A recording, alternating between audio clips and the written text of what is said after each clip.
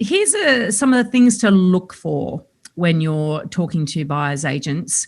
You know, it's the stuff, as we mentioned earlier, it's the stuff we say no to that is just as valuable, even more valuable as the properties we recommend. So ask have there been recent times when you've actually recommended a client not buy a property, and why? Clients wanted a property, like the look of it, and what sort of circumstances would you suggest that they shouldn't buy it?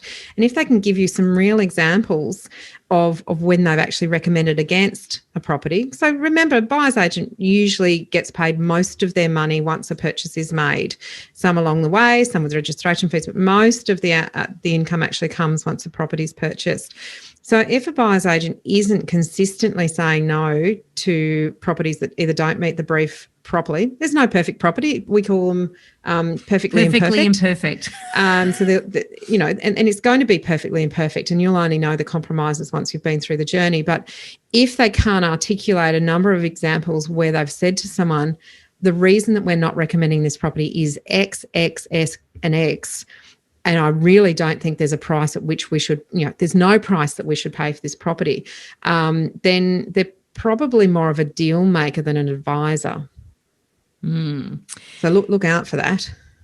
Consider how well protected or informed do you feel after talking to them? Do you feel that they're honest and open in conversation, and what's their team structure? Who will actually look after you? What happens if you're sick? Or on holidays. Yeah, if the buyer's agent's sick. Yep. What if there are 2 or 3 inspections at the same time? How are we going to manage it all? And the other thing too, I'd be looking at how many buyer's agents are in the team. If they're one of these really big scaled operations, they've got loads of mouths to feed. They're literally, if we think there's probably 5% of properties on the market that are worth looking at, and of those 5%, maybe I'd recommend 10 or 20 maybe. We're talking 1 or 2% of properties that's on the market at any given time is worthwhile recommending. If I've got 20 buyer's agents in my team, we have to recommend stuff that's no good. Yes. Because you just physically cannot cover all the, you basically that don't have enough clients. property. Yeah.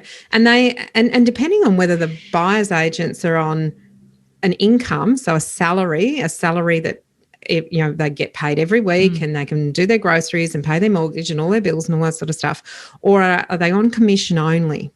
So buyer's agents that are on commission only are much more inclined to need to get an outcome to get you to buy something than someone that's on a salary, because they're only going to get paid if you buy something. Yeah. So it's how hungry are they, not in a good way for you.